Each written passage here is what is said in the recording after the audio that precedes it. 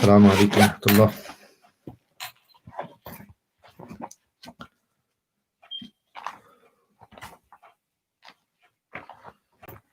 أعوذ بالله من الشيطان الرجيم. بسم الله الرحمن الرحيم. تبارك الذي بيده الملك وهو على كل شيء قدير. الذي خلق الموت والحياة ليبلوكم أيكم أحسن عملا وهو العزيز الغفور الذي خلق 7 سماوات طباقا ما ترى في خلق الرحمن من تفاوت فارجع البصر هل ترى من فطور ثم ارجع البصر كرتين ينقلب إليك البصر خاسئا وهو حسير ولقد زينا السماء الدنيا بمصابيح وجعلناها رجوما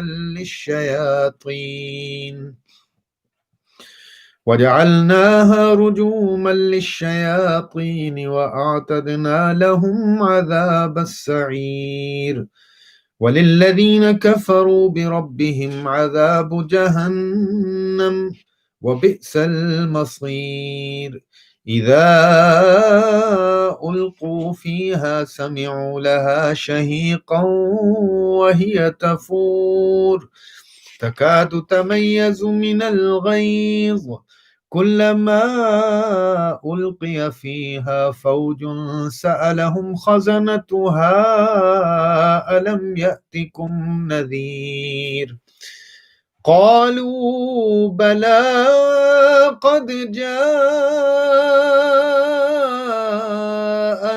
نذير فكذبنا وقلنا ما نزل الله من شيء إن أنتم إلا في ضلال كبير وقالوا لو كنا نسمع أو نعقل ما كنا في أصحاب السعير فاعترفوا بذنبهم فسحقا لأصحاب السعير إن الذين يخشون ربهم بالغيب لهم مغفرة وأجر كبير وأسروا قولكم أو اجهروا به إنه عليم بذات الصدور ألا يعلم من خلق وهو اللطيف الخبير هو الذي جعل لكم الأرض ذلولا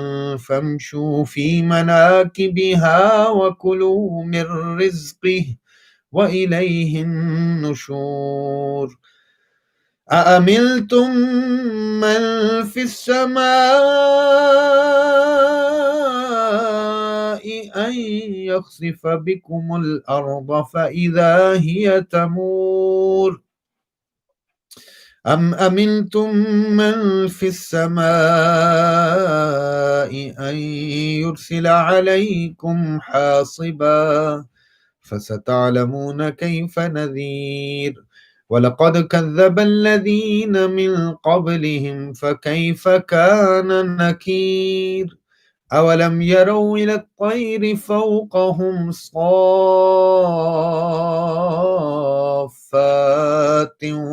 ويقبضن ما يمسكهن إلا الرحمن إنه بكل شيء بصير أمن هذا الذي هو جند لكم ينصركم من دون الرحمن إن الكافرون إلا في غرور أمن هذا الذي يرزقكم إن أمسك رزقه بل لجوا في عتو ونفور أفمن يمشي مكبا على وجهه أهدى أمن يمشي سويا على صراط مستقيم قل هو الذي أنشأكم وجعل لكم السمع والأبصار والأفئدة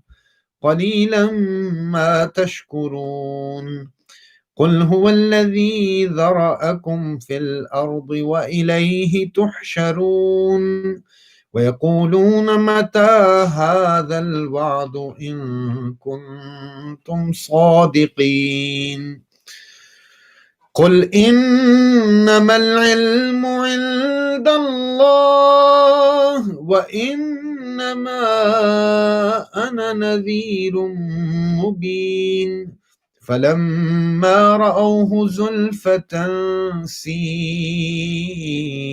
وجوه الذين كفروا وقيل هذا الذي كنتم به تدعون قل أرأيتم إن أهلكني الله ومن معي أو رحمنا فمن يجير الكافرين من عذاب أليم قل هو الرحمن آمنا به وعليه توكلنا فستعلمون من هو في ضلال مبين قل أرأيتم إن أصبح ماؤكم غورا فمن يأتيكم بماء معين آمنت بالله صدق الله العظيم مولاي صل وسلم دائما أبدا على حبيبك خير الخلق كلهم على حبيبك خير الخلق كلهم وساء ساعة أن غاضت بحيرتها ورد واردها بالغيظ حين ظمي مولاي صل وسلم دائما أبدا على حبيبك خير الخلق كلهم كأن بالنار ما بالماء من بلل حزنا وبالماء ما بالنار من ضرم مولاي صل وسلم دائما أبدا على حبيبك خير الخلق كلهم والجن تهتف والأنوار ساطعة والحق يظهر من معنى ومن كلم مولاي صل وسلم دائما أبدا على حبيبك خير الخلق كلهم عموا وصموا فإعلان البشائر لم تسمع وبارقة الإنذار لم تشمي مولاي صل وسلم دائما أبدا على حبيبك خير الخلق كلهم من بعد ما أخبر الأقوام كاهنهم بأن دينهم المعوج لم يقم مولاي صل وسلم دائما أبدا على حبيبك خير الخلق كلهم محمد سيد الكونين والثقلين والفريقين من عرب ومن عجم مولاي صل وسلم دائما أبدا على حبيبك خير الخلق كلهم هو الحبيب الذي ترجى شفاعته لكل هول من الأهوال مقتحم يا ربي بالمصطفى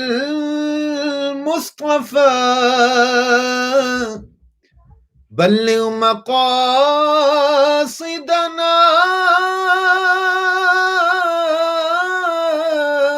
يا ربي بالمصطفى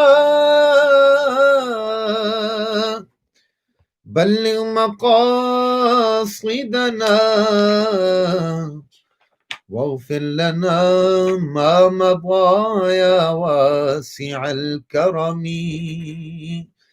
مولاي صل وسلم دائما أبدا على حبيبك خير الخلق كلهم على حبيبك خير الخلق كلهم بسم الله الرحمن الرحيم اللهم صل على سيدنا مولانا محمد وعلى آل سيدنا مولانا محمد وبارك وسلم. The chapter is regarding the importance of returning entrusted items to their rightful owners. And the last hadith, it's a slightly longer hadith in this chapter, hadith number 204, is narrated by Sayyidina Abu Khubayb, Abdullah ibn Zubair radiallahu ta'ala anhuma. He says that لما وقف الزبير يوم الجمل, that Sayyidina Zubair radiallahu ta'ala anh, during the battle of Jumal, when he stood up, da'ani, he called for me, قمت إلى جنبه, and I went and I stood by his side. فقال, he said, يا بني, he said, my son, إنه لا يقتل اليوم إلا ظالم أو مظلوم. He said that today, if anyone is killed, they will either be a transgressor or someone who is mazlum, who is oppressed. So it will either be the oppressor or the oppressed. وإني لا أراني إلا سأقتل اليوم مظلوما. And he said to his son Abdullah ibn Zubair, he said, I think that today I will be killed wrongfully. Right? I will be one of those who are killed wrongfully and are oppressed and martyred. وَإِنَّ مِنْ أَكْبَرِ هَمِّي, but my greatest worry is لَدَيْنِي, is my debts that I owe to people. أَفَتَرَى دَيْنَنَا يُبْقِي مِنْ مَالِنَا شَيْئًا. He said that I don't know whether I have enough wealth left to pay my debt. He said, I don't know if there will be anything left over after paying my debt. In other words, I'm worried that I won't have sufficient funds to clear my debts. ثم قال يا بني, then he said, oh my son, بِعْ مَالَنَا وَأَقْضِ دَيْنِي. He said, if this happens, if I die, sell my assets, sell our assets and pay off my debt for me. وَأَوْصَى بِالثُّلُث, and he gave wasiyah, he bequeathed 1/3. وَثُلُثُهُ لِبَنِيهِ, and he bequeathed 1/3 to the children of Abdullah ibn Zubair, his grandchildren. So he bequeathed 1/3, and for Abdullah ibn Zubair's children, he bequeathed 1/3 of 1/3. And then he said, قال فإن فضل من مالنا بعد قضاء الدين شيء فثلثه لبنيك. He said that if after paying all of my debts I still have wealth left over, then 1/3 of that I am bequeathing to your children. One of the narrators, Hisham, he says, وَكَانَ وَلَدُ عَبْدِ اللَّهِ قَدْ رَأَى بَعْضَ بَنِي الزُّبَيْرِ خُبَيْب وعباد وَلَهُ يَوْمَئِذٍ 9 بَنِينَ و9 بَنَاتٍ. He says that the children of Abdullah had seen some of the children of Zubair. And so, for example, Khubayb and Ibad. And at that time, he had 9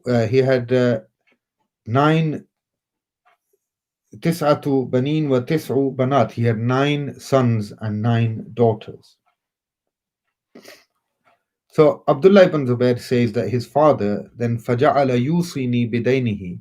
He continued to advise me about his debt. And he said, وَيَقُولْ يَا بُنَيْ, he said, my son, إِنْ عَجَزْتَ عَنْ شَيْءٍ مِّنْهُ فَاسْتَعِنْ عَلَيْهِ بِمَوْلَايَ. He said, if you are unable to pay any part of my debt, then seek help from my master. قَالَ فَوَاللَّهِ مَا ضَرَيْتُ مَا أَرَادَ. He said, I swear by Allah, at that time I had no idea who he was talking about. So I asked, قُلْتُ يَا أَبَتِي مَنْ مَوْلَاكَ. He said, Father, who is your Mawla? Who is your master? قَالَ Allah. He said, Allah. That if you're unable to pay that debt, any part of it, ask Allah to help you. And so Sayyidina Abdullah bin Zubair radiallahu ta'ala, he says that ما وقعت في كربة من دينه إلا قلت يا مولى الزبير أقضي عنه ديني فيقضي. He says that whenever I came across any kind of difficulty in paying off the debts of my father, all I did was I called out to Allah subhanahu wa ta'ala. I said, Ya Mawla Zubair. He didn't say Ya Allah, because Sayyidina Zubair radiallahu ta'ala said, ask my Mawla for help. So he would say, Ya Mawla Zubair, O Master of Zubair, meaning, O Allah, Aqdi anhu dayna, pay his debt for him. And he says that fayaqdi, he would. Allah subhanahu wa ta'ala would make arrangements for me to pay off those debts. Then he explains what actually happened. He says, فَقُتِلَ الزُّبَيْرِ. Sayyidina Zubair was killed. وَلَمْ يَدَعْ دِينَارًا وَلَا دِرْهَمًا. He didn't leave behind a single silver or gold coin, not one dirham or dinar. Except he did leave behind property, إِلَّا أَرْضِينَ. But he left behind lands. مِنْهَا الْغَابَةِ, one of them was Ghaba.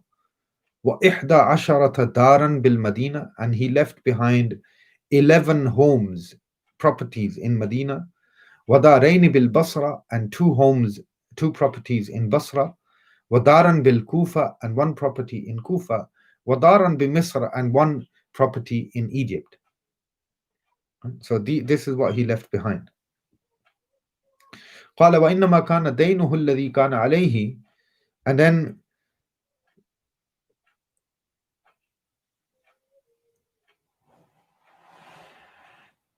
the reason why he was in so much debt. Why was he in so much debt? وَإِنَّمَا كَانَ دَيْنُهُ الَّذِي كَانَ عَلَيْهِ.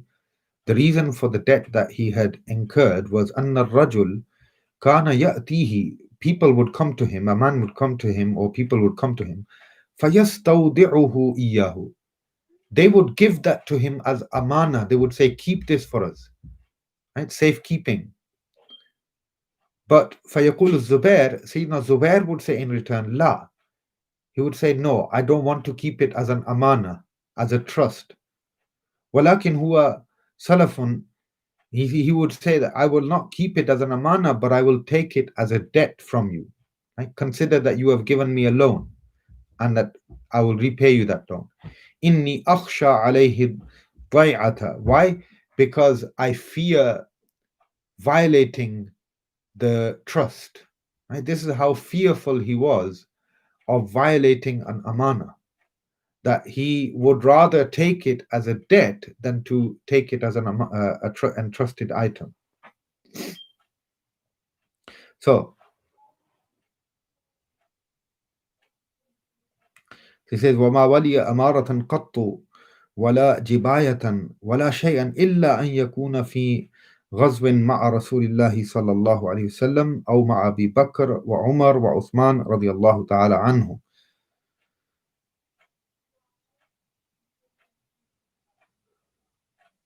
He says that he was never made a governor of anything. He was never given a position of rulership or governance by anyone, except that he had participated in all battles with Rasulullah sallam, and then Sayyidina Abu Bakr Siddiq, Sayyidina Umar, Sayyidina Uthman, radiyallahu ta'ala anhum ajma'een.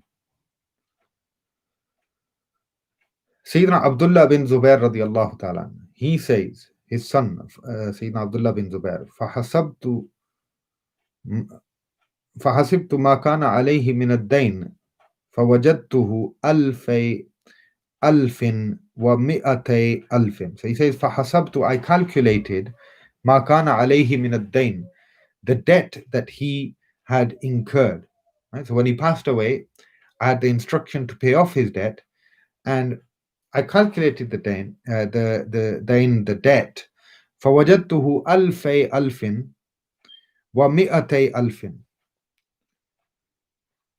I calculated and I found that the debt was 2.2 million.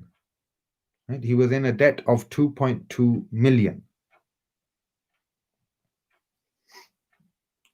فَلَقِيَ حَكِيمُ بْنُ حِزَامٍ. He says, so on one occasion I came across Sayyidina Hakim bin Hizam radiyallahu ta'ala. Sayyidina Hakim bin Hizam, he met Abdullah ibn Zubair and he said to him, Yabna akhi, O nephew, Kam ala akhi min ad-dain, how much debt was upon my brother? فَكَتَمْتُهُ. So he says that I hid some of it. I didn't really disclose all of it. And I said, مئة ألف. I said 100,000. فقال حكيم, then Hakim bin Hizam, he said, والله ما أرى أموالكم تسع هذه. By Allah, I don't see that your wealth will cover all of this. How are you going to repay it? فقال عبد الله أرأيتك إن كانت ألفي ألف ومئتي ألف. He said, well, what do you think if I told you it was 2.2 million? And Sayyidina Hakim bin Hizam radiallahu anhu, he said, Ma arakum tutiquna hadha. I don't think you have the financial strength to pay this. فَإِنْ عَجَزْتُمْ, if you do find that you're struggling an shay'in, with anything, فَاسْتَعِينُوا بِي, then come and seek my help. If you need any assistance, then seek my help. وَكَانَ الزُّبَيْرُ قَدْ اشْتَرَى الْغَابَةَ. Sayyidina Zubair radiallahu ta'ala had purchased his land at Ghaba بِسَبْعِينَ وَمِئَةَ أَلْفٍ. He says that he had purchased his land at Ghaba for